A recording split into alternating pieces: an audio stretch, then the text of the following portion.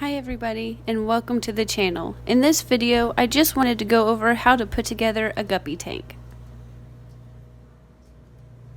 So this is the aquarium that I'm choosing to set up my guppy tank. It's a 10-gallon, and I did paint the back in the past black, but I'm going to go ahead and re-coat it since everything's broken down and show you the process. So let's get started. The first step you want to take in setting up your guppy tank is cleaning.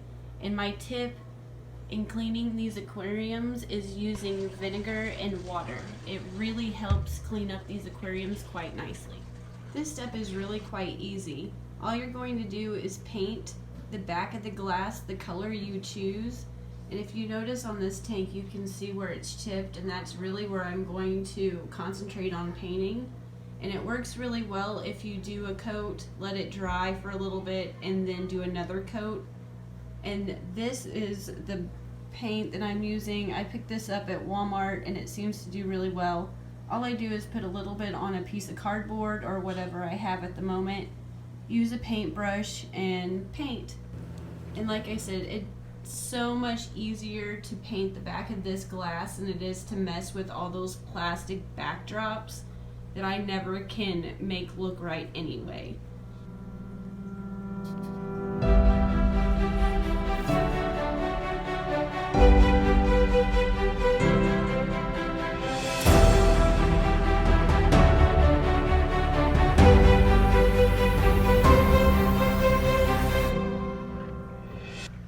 On this part of setting up your aquarium, feel free to be creative. Just always keep in mind the parameters of the fish that you're housing.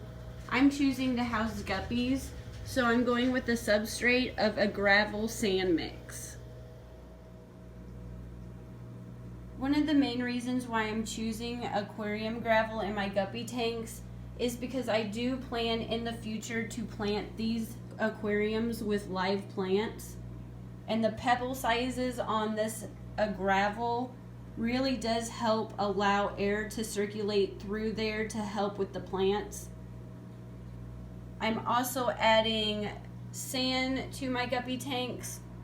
This particular sand does have calcium carbonate added to it, and that really does help with the guppies. They enjoy a harder water and a higher pH, and that's one of the reasons why they do so well with crushed coral. It's just that I can't find it very easily in my area. And you do want to wash this really well. I got this from the hardware store, and whenever you wash it, you want to clean it, wash it, and clean it some more. Same with the aquarium gravel. Even though it does come packaged, you do want to give that a good cleaning. If you choose to go with a gravel from either the creek or the hardware store, just keep in mind it's a little bit rougher, and if you have a particular fish that will scavenge through the bottom of this, it might be a little rough, whereas the sand's not as rough. Just a little thing to keep in mind. I'm also adding this particular rock to my aquarium. I thought it was really neat and will slowly break down over time, increasing the water hardness for my guppies. With filtration is very important with a fish tank, and I'm going to go ahead and use filters from a pre-established cycled tank. And another thing to keep in mind, guppies are a native tropical fish, so I am adding an aquarium heater to the mix. I do want to keep them about 76 to 78 for my particular tanks. This next step is going to consist of your aquascape. So be creative and have fun.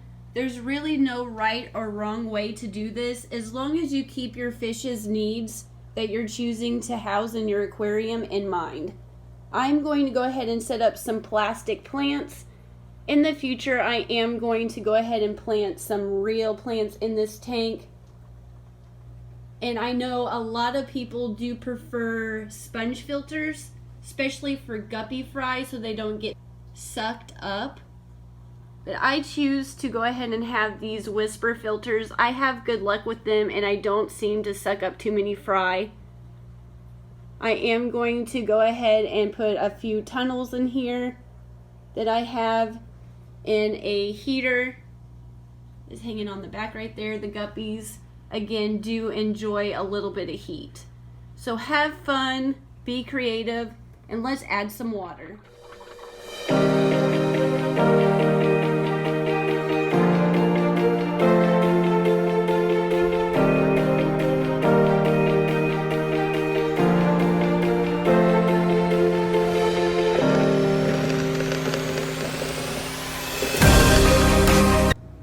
At this point, you're almost finished with your aquarium setup, and I just wanted to show you what it's going to look like after you fill up the water. It's going to look pretty cloudy for a while. It's been about 30 minutes, and a good thing to keep in mind with your aquarium is your water conditioners. And I just wanted to show you the ones that I'm currently using and I really, really like. Once you've reached this stage, congratulations, you're just about done with your tank setup.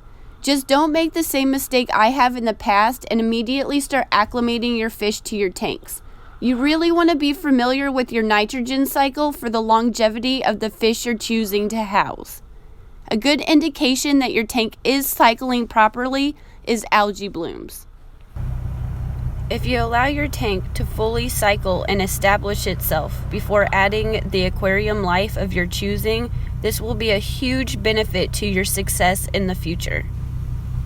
One tip that my dad always taught me growing up being new to this hobby is if your tank can cultivate life, chances are it will help sustain life.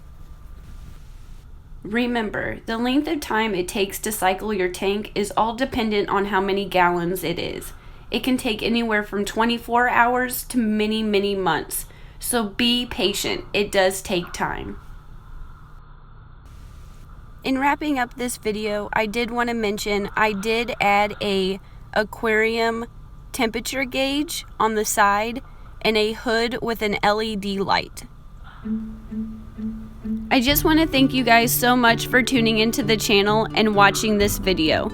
Feel free to hit the like button and leave a comment below in the comment box. And don't forget to hit that subscribe button for more updates on this tank and all my other ones.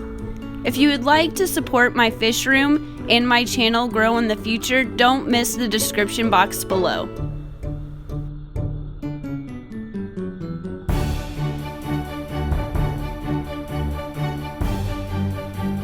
Again, thank you so much for tuning in and good luck on your fish aquarium setup.